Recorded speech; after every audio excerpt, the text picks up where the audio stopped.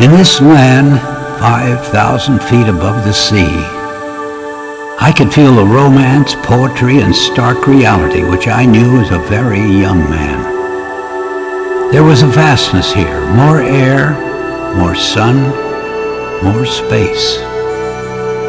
And I thought that here a man drew some of that vastness into his soul. He could dream big dreams, think big thoughts, because there was nothing to hem him in. Conrad Hilton penned those thoughts for his autobiography, Be My Guest, in 1957. By then, he had already realized dreams beyond his wildest expectations. Yet the international hotel empire he built is evidence of only one part of this man and his works. The true size of his dreams and the vastness of his achievements are more fully reflected in his beliefs, his life, and his legacy. As one of the great philanthropists of his time, Hilton has influenced the lives of people around the globe. When he died in 1979, he left all but 1% of his enormous personal fortune to the Conrad N. Hilton Foundation. This amazing gift was the crowning achievement of a lifetime of work and giving. I can think of no greater God-given responsibility than that of extending a helping hand to our fellow man.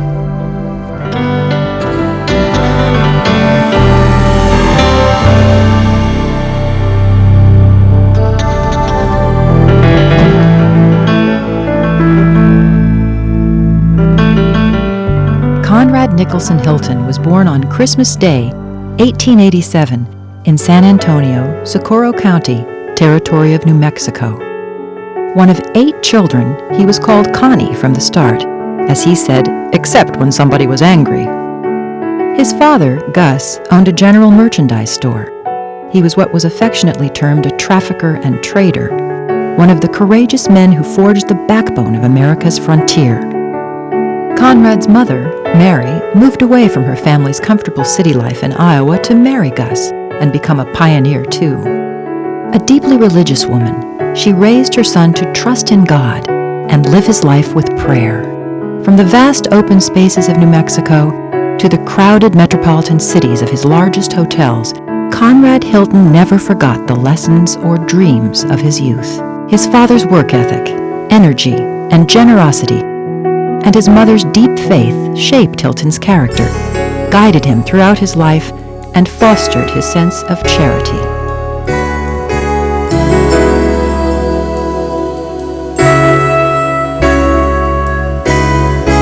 The true fruits of successful living are not material.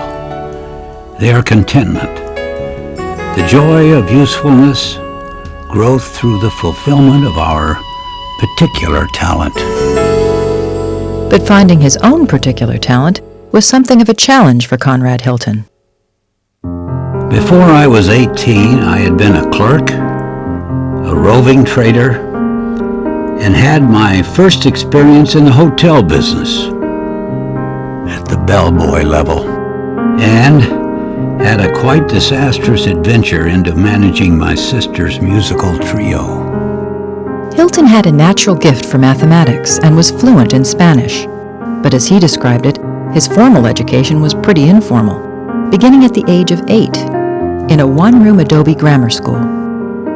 He also received religious instruction from the Sisters of Loretto and developed a warm admiration for them that would last a lifetime. At 13, he traveled by buckboard 115 miles to the New Mexico Military Institute at Roswell, where the importance of integrity was impressed upon him. A gentleman told the truth. To lie was a disgrace. All a man has is his word. This principle became a defining trait of Hilton's life. He also attended St. Michael's College at his mother's request for a year of sound religious training.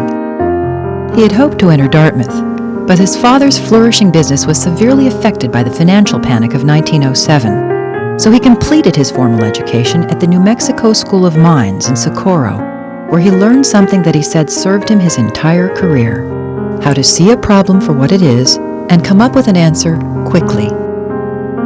Although he had worked in his father's general store since he was old enough to see over the counter, Hilton wasn't sure he wanted to follow in his footsteps. So in 1911, when the territory of New Mexico became a state, Conrad served a 2-year term in the lower house of New Mexico's first state legislature. He introduced 19 bills, only 9 of which passed. Politics, he discovered, was slow and frustrating.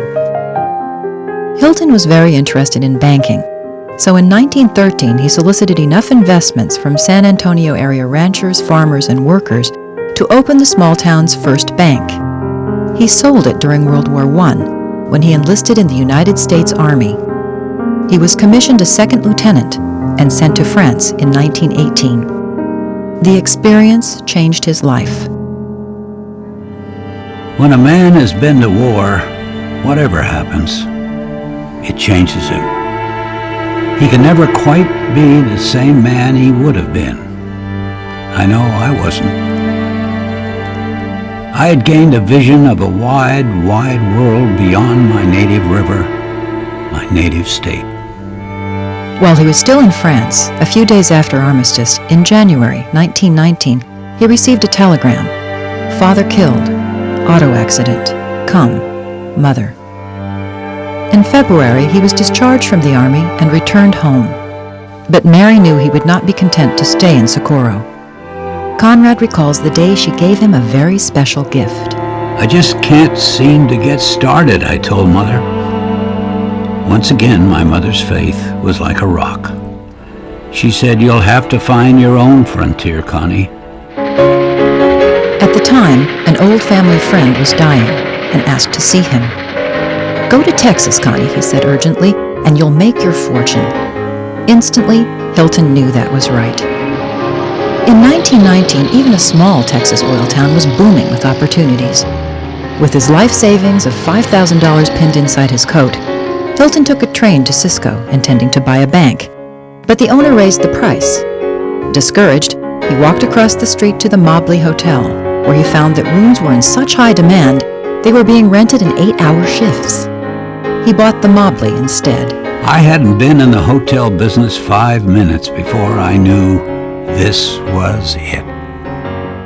The hotel was full that first night, so he slept in the office and dreamed of a chain of Hilton hotels. Enthusiasm. There is nothing worth doing that can be done without it. Hilton threw himself into his new career with all his energy and enthusiasm. Over the next 10 years, he bought more hotels and built his first one, the Dallas Hilton. Perhaps this success was partly due to the lessons he learned as a child in his father's store. He firmly believed that the buyer is entitled to a bargain, and the seller is entitled to a profit. His close friend and longtime business associate J.B. Herndon Jr. said, "He is one of the finest business negotiators I have ever known. He is definitely honest and wouldn't cheat anybody, but he does like to make a good deal. He wants to do the fair and honest thing always." In 1925, he married Mary Barron, whom he had met at church. They had 3 sons, Nick, Barron, and Eric. By 1929, Hilton owned 8 hotels and had just committed to building another in El Paso. Then the stock market crashed. For me, the heights had bred vision and confidence, but it was in the valley that I learned true humility. I found that when everything material failed, faith remained the only gilt-edged security. In less than a year, Hilton had lost everything but the new El Paso Hilton, which he had managed to complete. Nearly broke, he never worked harder, but still thought of others. We had no money, and the people of Socorro had none. At Christmas, a check for $10 came from Conrad Hilton, with the apology he couldn't give his father's usual $50. He moved his wife and children to the El Paso Hilton, where they would have food and a roof over their heads. He was not only worried about his family, he was also very concerned about what he called his hotel family. With a growing pile of unpaid bills, past due loans, and his accountant recommending bankruptcy, Hilton discovered another kind of faith, the faith that others had in him.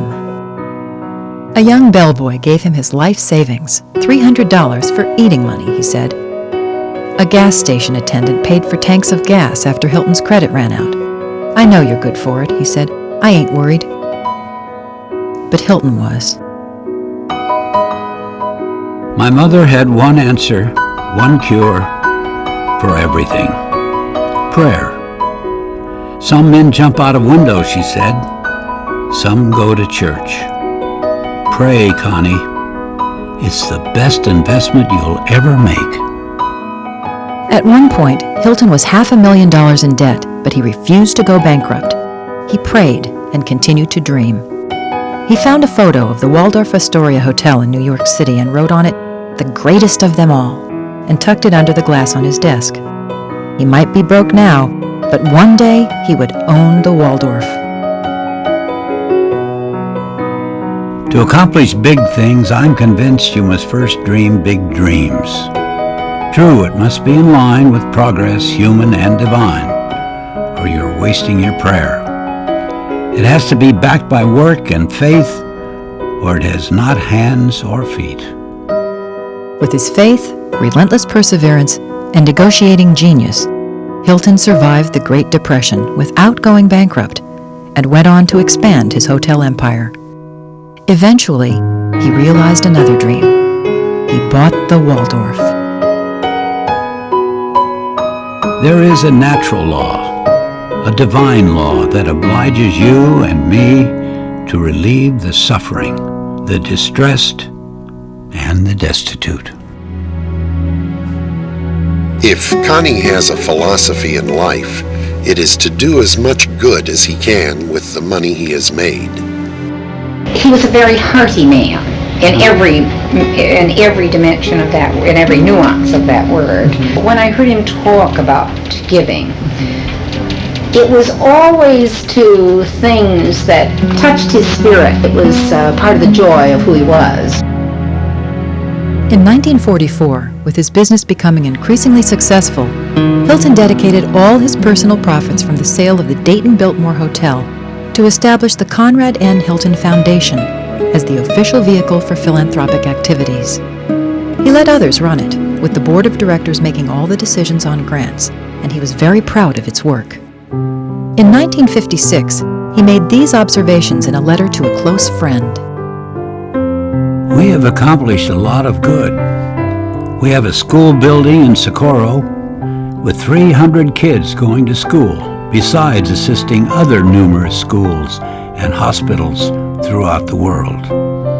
I'm very anxious for activities to not only continue but to be extended as time goes on. While Hilton provided the funds for the foundation, he continued to make many personal gifts as well. Connie liked to give money spontaneously. Once a priest told him about trying to raise funds to repair his church roof. Connie asked what it was going to take, and the priest said another $2,000. And Connie pulled out his checkbook and gave him the $2,000. Hilton also took on the responsibility of leading major fundraising campaigns for large projects, using his standing as a business and community leader to solicit contributions not only from wealthy friends and colleagues, but from his employees and vendors as well. He was always insistent that his various hotels participate in local activities and local philanthropy. Over the years, Hilton took special joy in giving to a particular group.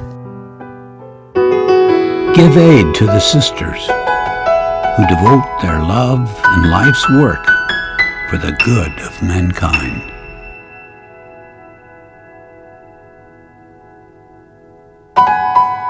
Through almost 20 years of friendship with Mr. Hilton, he never seemed to forget his early years in New Mexico and the Sisters of Loretto, who were friends of his mother. Hilton supported the Sisters projects all over the Southwest, sometimes with scholarships, sometimes with a gift for equipment or repairs. He also provided significant funds to help the Sisters of Loretto open Catholic grade schools. When one sister wrote requesting a small donation to help build a gymnasium, he replied, Dear sister, I received your letter of recent date. I'm sure you've been praying extra hard, for your campaign has begun and ended. He thought the sisters were selfless. He thought that they, more than anyone else he knew, genuinely cared about other people. They didn't have any personal axe to grind. He saw them as people who accomplished all of the things he believed in. He wanted to thank and support them.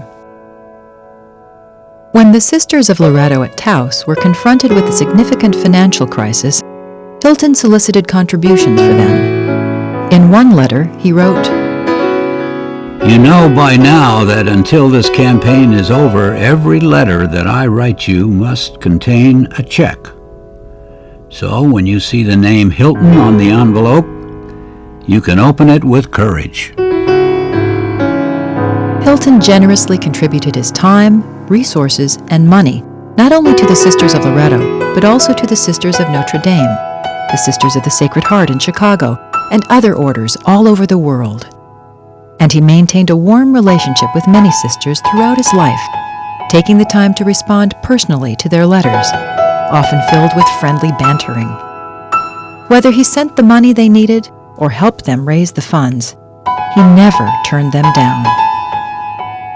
Conrad Hilton was able to buy almost anything he wished or needed, except the goodwill and gentle thoughts of others. He knew those must be given freely.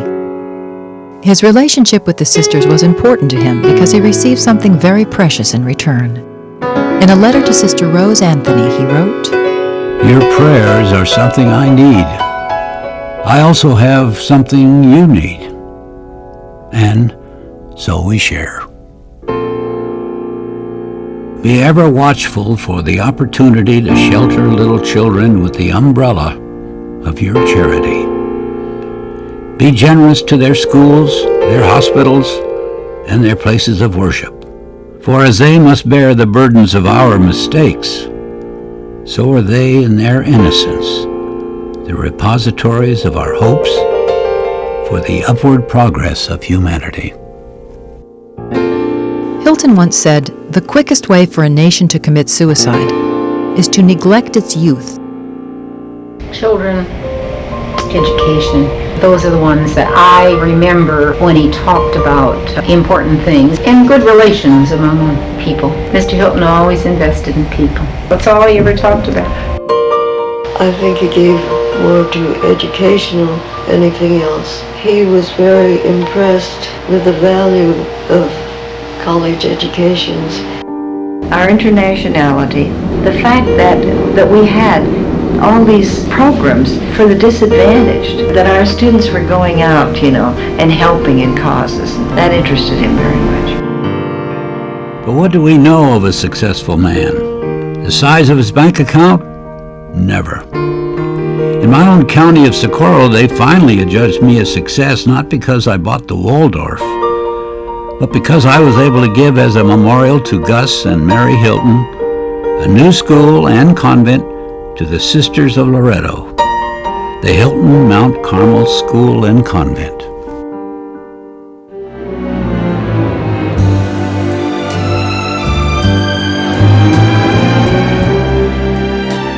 Whether Hilton was judged a success for his business acumen or his generosity, by the early 1950s he was a well-known public figure.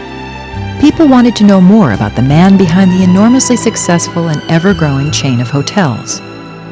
Hilton was invited to appear on some of the most popular television programs of the times.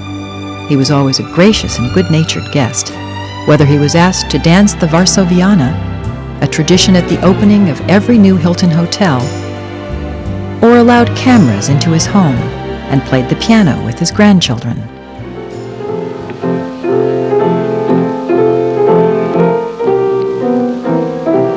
Days later. He was frequently interviewed about his rise to success. That's right. And then, of course, along came the Depression. You had 7 or 8 hotels, but by working very hard, doing the best you could, cutting all the corners and everything else, as I recall it, you finally wound up only owing $500,000 and no income. That's right. This is the story of success, but you got to know the rough bumps that Connie took as he went along, too. You even took the ink out of some of the ink wells, didn't you, to save money? That's right. We were trying to cut down the expenses to live. You know, that depression was pretty bad. You remember, Art, don't you? Yes. I remember one day that I borrowed $300 from one of my bellboys. In which hotel was this? That was in Dallas. Eddie Fowler was his name. He had more money than I did. This was a Hilton hotel, and he's borrowed money from the bellboys. Of course, we appreciate visiting with you. I know that all of the millions of people who stayed in Hilton hotels have gotten a kick out of meeting their landlord. And I want to return something to you, by the way, that's been bothering me for a long time. I stayed at the Hilton in Chicago a couple of years ago, and here's your towel back. Thank you very much. And it was one surprise after another when he appeared on This Is Your Life in 1958, as old friends he hadn't seen in years came out to say hello. Here's a childhood friend who remembers your beginnings, Senor Jose Antonio Gonzalez, now of Albuquerque, New Mexico. You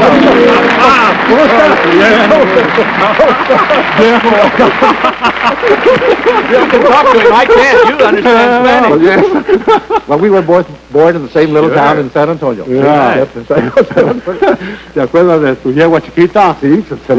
What's this Chiquita business? That was the horse that I had by the name of Chiquita. And you on Chiquita and Jose here on his horse Valenti would ride through the greasewood and mesquite, sometimes adventuring so far that you'd forget to be home before dark. Texas is Eddie Fowler.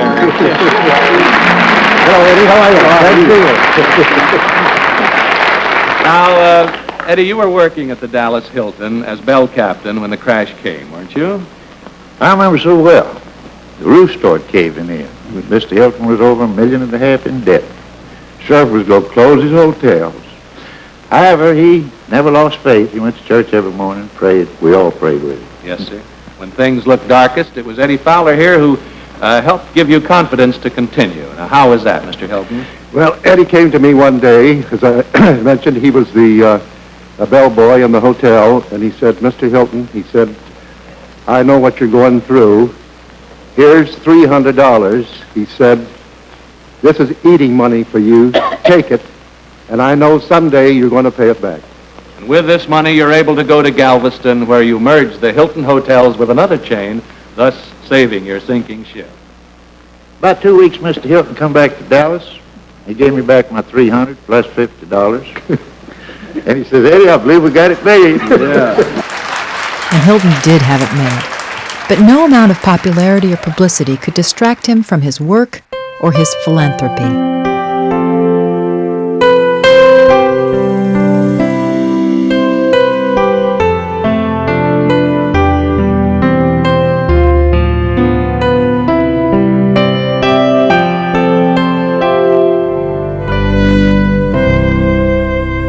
Its cost, $1.5 million, for which Mr. Conrad N. Hilton has assumed personal responsibility.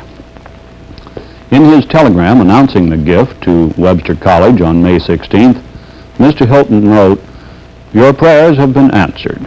I will undertake the job. Love, Conrad Hilton." This school will be an enriching influence for all of our students, whether they major in fine arts or not. They are the mothers of the generation. They are the teachers of the future. But we also feel that the fine arts will grow here and grow in a very professional way. We are thinking of anything but a little nun school of fine arts. He has worked very, very closely with us in projecting and dreaming with us. Mm-hmm. It was he who told us we would need the $1.5 million, and it was Mr. Hilton's greatness and vision that we knew would get us this $1.5 million. To raise the funds, Hilton solicited contributions from his hotel's managers and vendors. In the end, the project raised $300,000 more than requested. In 1955, Hilton pledged $500,000 to expand the Notre Dame Academy in Covington, Kentucky, and he made a personal commitment to raise the rest of the money needed. About the same time, Hilton personally contributed $225,000 to Barrett College in Illinois to construct a new student center, gym, and theater. At the building's dedication, he received an honorary doctorate in letters and was introduced with these words. In Mr. Hilton, we have an understanding friend who talks with us not of business, but of his interest in other nations and their peoples, their languages, cultures, customs, their aspirations and needs. In 1968, the Hilton Foundation gave $1.5 million to the University of Houston to build the Hilton School of Hotel and Restaurant Management. Hilton believed that young people, including those who would one day run world-class hotels, should have a well-rounded education and the skills to help create thriving, economically sound, and peaceful nations all across the globe. He referred to this in a speech in 1956. I propose sharing our know-how in agriculture, technology, and medicine. I propose sharing a stream of good men around the world. Scientists, technicians, doctors, crop experts. Yes, even hotel men. Sharing our wealth of knowledge with the nations who do not yet possess it. But Conrad Hilton was not the kind of man to give speeches and dole out money while others did the work. He vigorously engaged himself and his business in the pursuit of a better world, courageously taking the operation of his hotels to areas no one had gone before.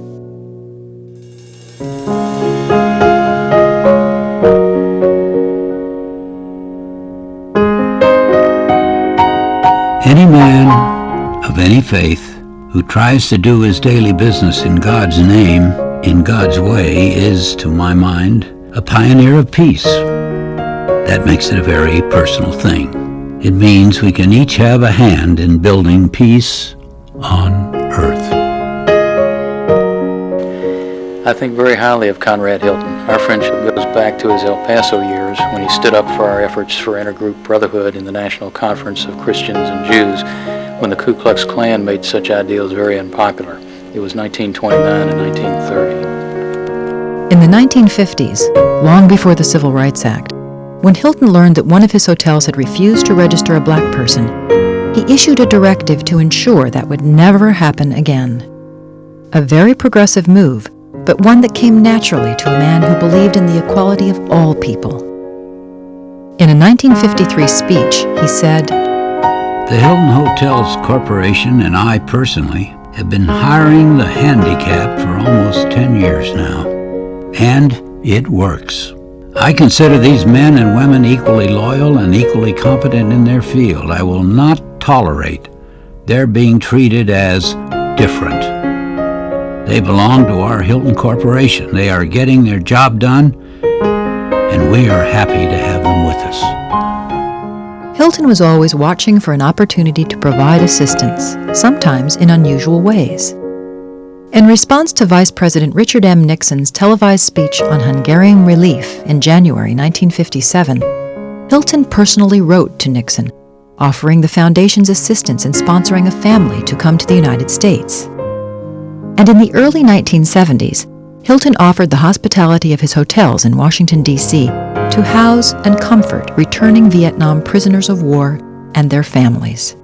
In 1973, Conrad Hilton personally donated $10 million to the Mayo Clinic. The money was to be used to construct a laboratory building and research center in human behavior. Hilton wanted to learn why men wage war and try to find a way to lessen the chance of future wars. But some of Hilton's greatest and best-known achievements did not involve money. In a speech he gave called The Battle for Freedom, he said, "Peace is more than the absence of war. It is a tranquility of order. It is security, liberty, religious, political, and economic freedom. It is life with honor, life with the dignity of the children of God." When young Daniel Palucci read Hilton's speech in his local paper, he was moved to write a letter, one of thousands Hilton received in response to the speech. Dear Mr. Hilton, I have read your talk in the Herald Tribune, and I think it was wonderful, especially that our faith in God was our only hope. You are very right, and I think if everyone would fall down and pray, we would have real peace. Sincerely, yours, Daniel Palucci. P.S. I am a boy of 12. May I please have an answer? On a train to Chicago, shortly after reading Daniel's letter, Hilton imagined Uncle Sam on his knees in prayer. This vision, and his concern about how to respond to the boy, moved him to create something he considered to be one of his greatest achievements, a simple prayer. It was published in several American magazines, and over the years he was asked to recite it many times, often on live radio and television broadcasts. So tonight, on this eve of 1962, I've invited this former World War I doughboy to read that prayer again to our country and to Canada. Ladies and gentlemen, here is Conrad Hilton. So let's have a very warm reception for him. Thank you, Ed. When I was very young, I remember my mother telling me how George Washington and Abraham Lincoln both called on our country to pray when it seemed we were on the verge of national disasters. Today, we are like a child who has lost his grip on his father's hand in the traffic of a busy city. It happened to me once when I was a little boy and my father had taken me on a trip. I lost him, and I'll never forget my feeling of terror. Then suddenly I saw my father, rushed to him, took his hand, and all fear was gone. We are like that child. We are lost in a terrifying confusion of events, and we can never know peace and have confidence in our hearts until once again we find the hand of our Father who is in heaven. Our Father in heaven, we pray that you save us from ourselves. The world that you have made for us to live in peace, we have made into an armed camp. We live in fear of war to come. We are afraid of the terror that flies by night and the arrow that flies by day, the pestilence that walks in darkness and the destruction that wastes at noonday. We have turned from you to go our selfish way. We have broken your commandments and denied your truth. We have left your altars to serve the false gods of money and pleasure and power. Forgive us and help us. Now darkness gathers around us, and we are confused in all our counsels. Losing faith in you, we lose faith in ourselves. Inspire us with wisdom, all of us, of every color, race, and creed, to use our wealth, our strength, to help our brother instead of destroying him. Help us to do your will as it is done in heaven, and to be worthy of your promise of peace on earth. Fill us with new faith, new strength, and new courage, that we may win the battle for peace. Be swift to save us, dear God, before the darkness falls.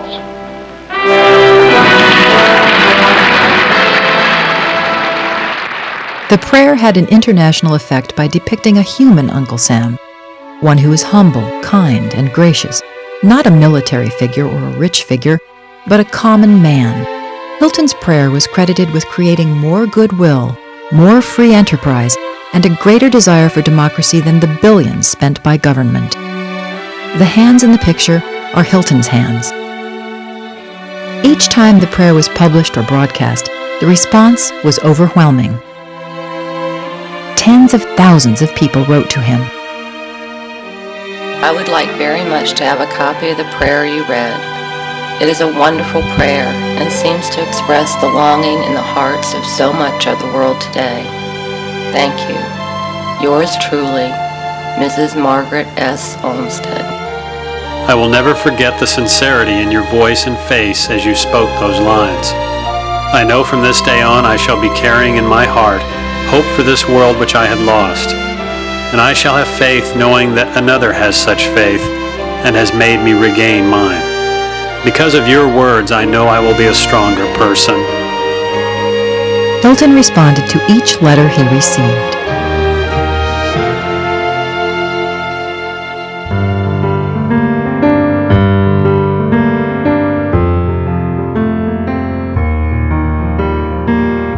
The successful American will not be indifferent.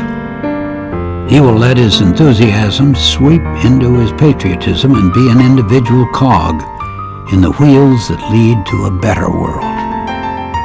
Each of our hotels is a little America, not as a symbol of bristling power, but as a friendly center where men of many nations and of goodwill may speak the language of peace, rather than assume the role of invaders, intent upon siphoning back all profits to the U.S. We have joined hands in a business fellowship with foreign entrepreneurs. Hilton believed that if businesses crossed the boundaries between nations, armies wouldn't have to. The Hilton Corporation was described as a United Nations in operation. At the dedication of the Tokyo Hilton in 1963, Hilton said, "As early as 1948, we of the Hilton Corporation sat down and did some real thinking concerning the function of our operations for the remainder of the 20th century, and we became convinced that if nations are to survive, they had better become friends." His method was to unite the world through business, stretching across national borders and international prejudices. If international businessmen around the world will take that opportunity, they will become the pioneers, the flag bearers of a new worldwide civilization in which peace will be a practical necessity. This will be a new world in which peoples of different cultures will have begun to understand one another, depend on one another, trust one another. As the world began to rebuild after World War II, Hilton, along with many world leaders, worried that peace could not be maintained without a commitment to economic development in Europe and Asia. Through his work with the Bretton Woods agreements, he was instrumental in ensuring America's participation in the World Bank and the International Monetary Fund, which he saw as practical steps to ensure the security of post-war trade and investments. During the planning and construction of Hilton hotels in other countries, the company worked with local people to craft each hotel as a center for the community, a place where people of the world could meet, get to know one another, and share their cultures and ideas. World peace through international trade and travel became the Hilton corporate philosophy. But those who thought it was too risky to invest in unstable nations vigorously opposed this philosophy. Others questioned Hilton's motivation, claiming he only wanted to boost his economic standing. Hilton's reply was simple and resolute. Let me say right here that we operate hotels abroad for the same reasons we operate them in this country, to make money for our stockholders. But I assure you that if money were all we were after, we could make it right here in this country with a few less headaches. He had vision which few of us shared, and he had courage. I'd call it guts. I say he had the vision to see the overseas operation, and he had the guts to battle for them right on his home ground. Each of his hotels enhanced the prestige of the city in which it was located and contributed to the host country's economic development and to the political socialization of hotel guests, employees, and the local population. Hilton had found a concrete way to expand his business and to promote world peace and global brotherhood through economic development. As we went along and all the trouble around the world, it seemed to me that if we could get people from all nations staying under a roof, that they wouldn't want to fight and kill each other, and that's about the way it's worked. And I'd like to remind you of something that happened when we opened in Turkey. The first thing they do over there is give you a cup of coffee, and won't you have a cup of coffee? And if you drink that cup of coffee with them, they say this commits you for 30 years of friendship. So if we can just keep on drinking that proverbial cup of coffee around the world, we think that we're helping out in the struggle for world peace. Imagine what would happen, Hilton said later, if everyone in a hotel from 38 different countries were to drink coffee together in the Turkish tradition. At home, Hilton embarked on another mission with longtime friend Dwight Eisenhower. They shared a commitment to the ideals of freedom, peace, and human progress. Following Eisenhower's election as president, Hilton suggested initiating an annual prayer breakfast, a gathering of leaders from all segments of American life who directly or indirectly guide America's destiny at home and abroad. I think we will be showing ourselves internationally prayerful men and an internationally prayerful nation if we show a willingness to stop on the road along the broad highway of political and economic prosperity long enough to assist these nations. In fact, I would say what this world needs more than anything else today is an awareness of its own unity, an admission of the fact that not only men, but also nations are brothers. This is not the time nor the place to discuss the political implications of this international fact. But this much I will say. Prayer is not enough. We must, as a Jesuit told me some time ago, pray as if it all depended upon God, and act as if it all depended on ourselves. As a reflection of Conrad Hilton's abiding faith and global vision, Hilton Hotels sent out Christmas cards each year. Hilton was quick to point out that the angel speaking to the shepherds on Christmas Eve did not say peace on earth, goodwill to men, but peace on earth to men of goodwill. The distinction was important to him because it held men accountable to be makers of peace on earth, not just receivers. Hilton shared many such messages through annual Christmas greetings that were often published in magazines and newspapers at his expense. Each of the great religions and philosophies of the world shares in different words from diverse creeds the same principle of goodwill among men. The Golden Rule is a practical precept to practice each day from one Christmas to the next.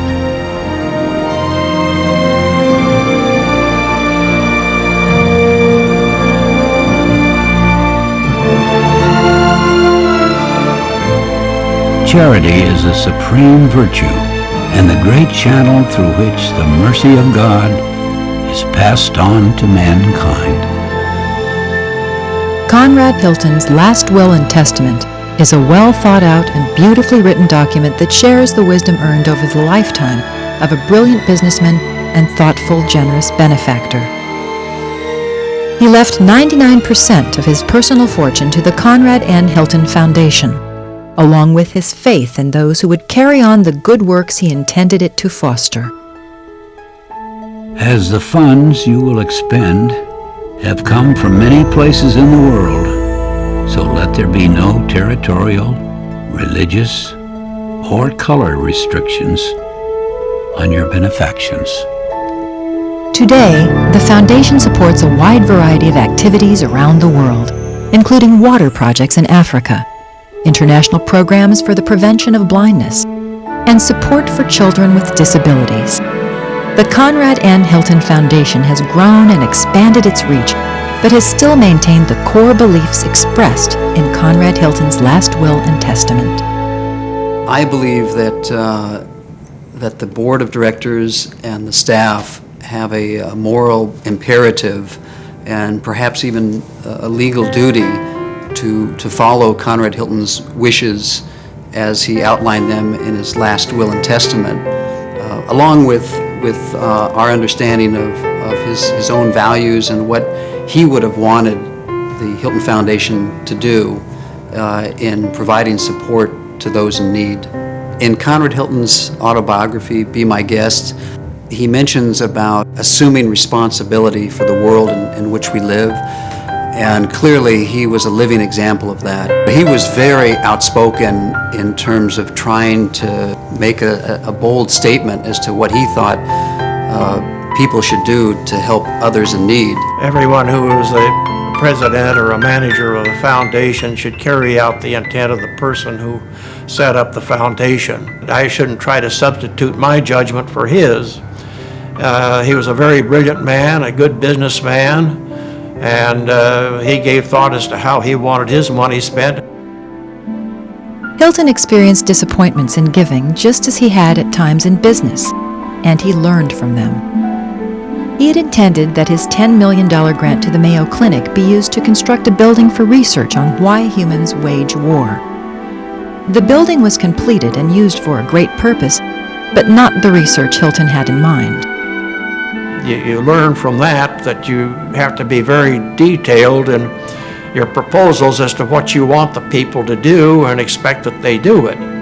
Not being experienced in the philanthropic field and not having somebody who was draw up the agreement with the Mayo Clinic, it didn't turn out. Another disappointment was that many of the small Catholic schools he built in New Mexico eventually closed. Establishing a clear agreement before making a commitment and evaluating the sustainability of a project are just two of the lessons in giving that Hilton passed on to the foundation. Beware of organized professional charities with high salaried executives and a heavy ratio of expense.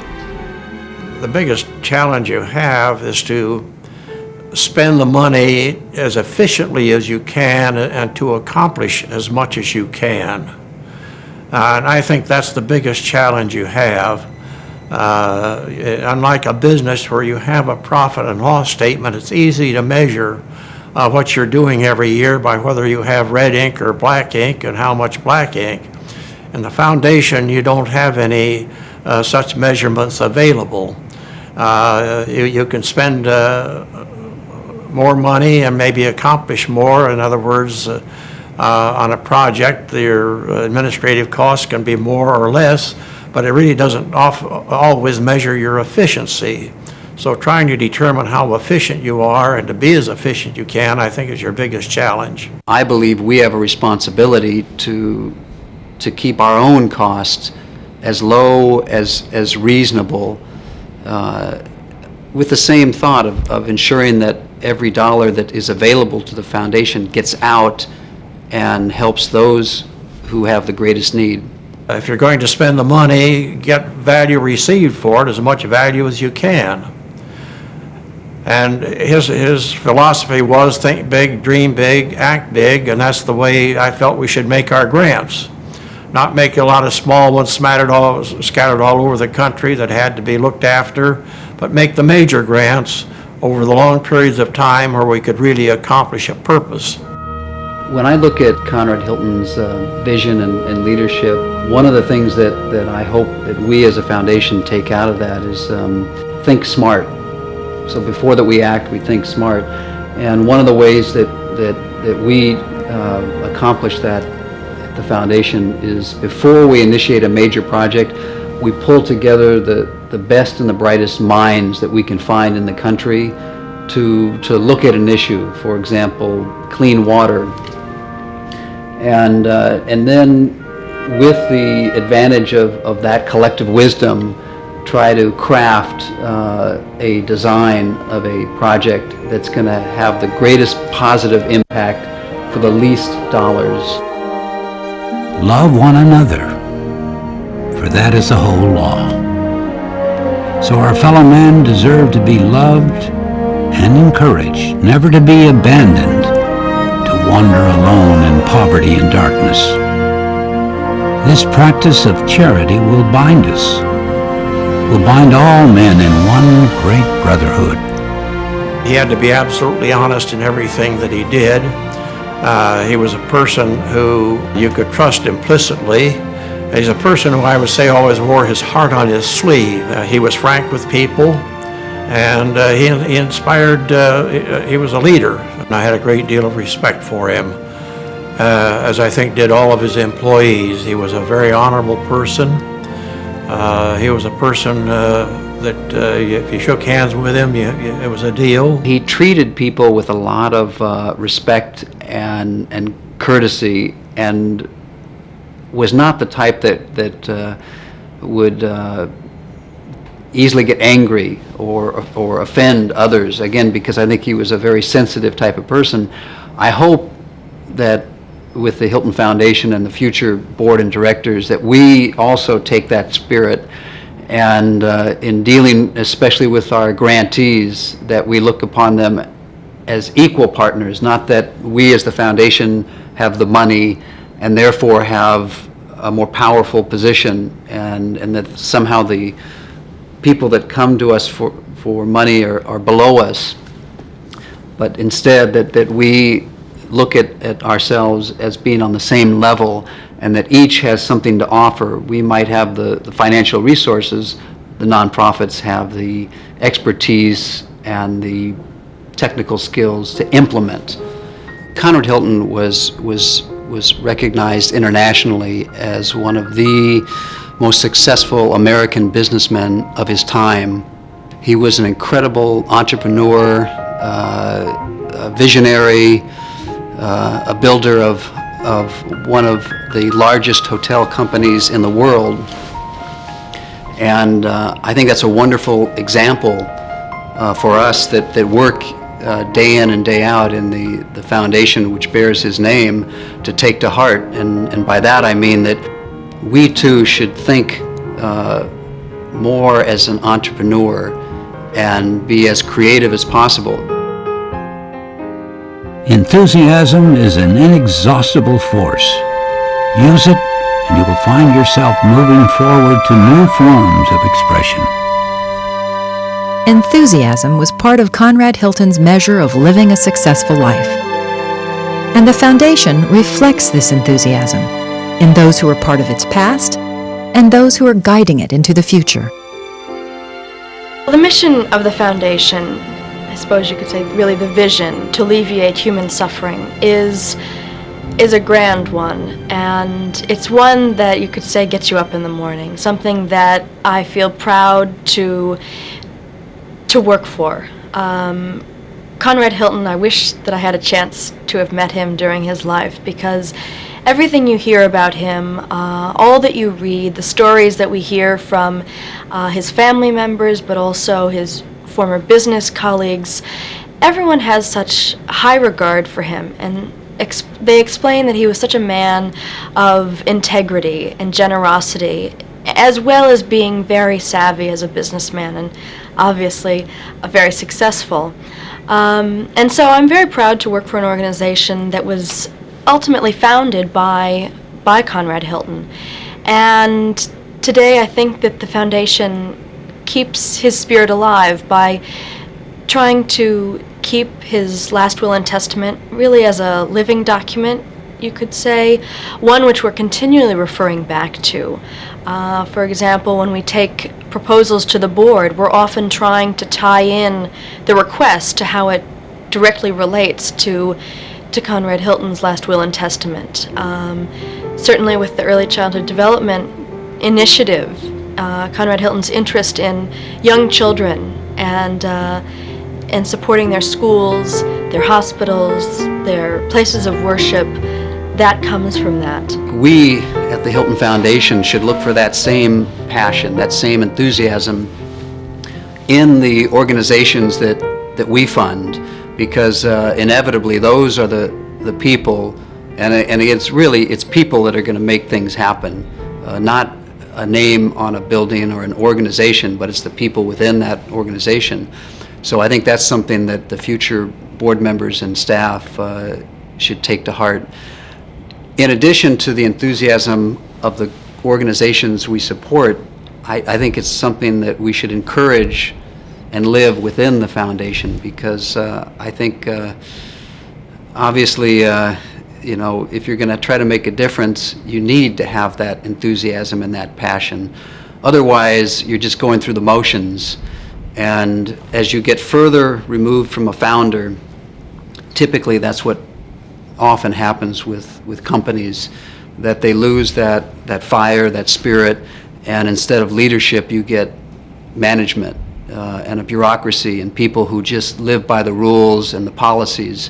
And I think we as an organization need to somehow keep alive that that enthusiastic entrepreneurial spirit, because that's what's going to make, I believe, the greatest difference in how we have a positive impact on the world around us. Give aid to the sisters who devote their love and life's work for the good of mankind, for they appeal especially to me as being deserving of help from the foundation. Conrad Hilton designated the Catholic Sisters as a major benefactor in his will. Subsequently, the foundation established the Hilton Fund for Sisters, run by the sisters with the same regard for Hilton's wishes and vision. It's satisfying work and really inspiring, because I visit many places around the world where sisters have absolutely nothing. They're living in the same poverty that the people are. And to be able to help them organize a project for these people that are out in the middle of nowhere is extremely inspiring to me. And to see how well they use the money. You know, like I said earlier, they might only ask for $2,000. With $2,000, they work miracles. And that's, I think, what Conrad Hilton saw too. All the miracles that sisters could work with just a little bit of money. And sometimes, now this is really funny, sometimes they will even, in our reporting evaluation thing, we say that if there is any money left over, they should return it, you know, from the project. We've gotten $20 bills back, pasted to a letter as they're sending in their grant report. That's the kind of integrity that we're working with. The Fund for Sisters continues to support their work around the world. And though Conrad Hilton has passed away, the bond between his spirit and the spirit of the sisters remains. My perception, too, of Conrad Hilton and the way that he gave away money was that it was relational, but there was a spiritual element to it. That he knew that sisters had dedicated their lives to God, and that was the source of their giving of themselves to other people. And he wanted to participate in that. That's kind of the way that I could see it. And then his asking for prayers, I think, gave the sisters a sense that they were doing something, that it wasn't just they receiving something, that they were also participating in something greater, so that together they were partners in this building of the kingdom of God. That's the way the sisters would say it, or helping to better the world for everybody, not just certain people, but for everybody. One of Conrad Hilton's closest friends and his spiritual advisor for many years, Father Tom Sullivan, spoke eloquently and fondly of his friend in his eulogy on January 5th, 1979. How do you capture the personality of a man who knew what peace there can be in silence, who went placidly through life amid the noise and haste of this baffling 20th century, who always was himself? How do you speak of a man who saw through the sham, drudgery, and some broken dreams to what he described to me a few years ago as this great world? How do you recapture Conrad Nicholson Hilton? Each of us whose life he touched has our own remembrance of this tall Christian gentleman. All of us who knew him were proud to call him friend. Whatever Conrad Hilton said or did, he said or did it with style. There was a Hilton style, and it came from his knowledge of the sacredness of things and the sacredness of persons. It came from his knowledge of life that we only live twice, and the best is yet to come. His life began on Christmas Day, late in the 19th century, in a small town on the high desert in a territory called New Mexico, the southwestern frontier of the United States. When Hilton died more than 90 years later, his name was on buildings around the world, hotels, schools, research facilities, hospitals, all monuments to his extraordinary talent for business his even greater capacity for giving, his deep faith in humanity, and his grand optimism for the human race. The memories of Conrad Hilton's life hang on the walls of the foundation that bears his name, as do pictures of the living testaments to the work being done with the money he gave so generously. But there's one photo that stands out. Someone he never met, but who profoundly affected his life when he was only 15 years old. The miracle of Helen Keller's optimism had its roots in exactly the same soil as my mother's, faith. Helen Keller wrote that optimism is the faith that leads to achievement. Nothing can be done without hope.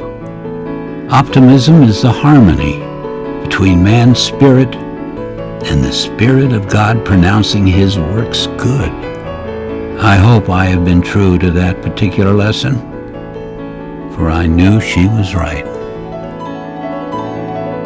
Conrad Hilton remained true to the lessons of his youth.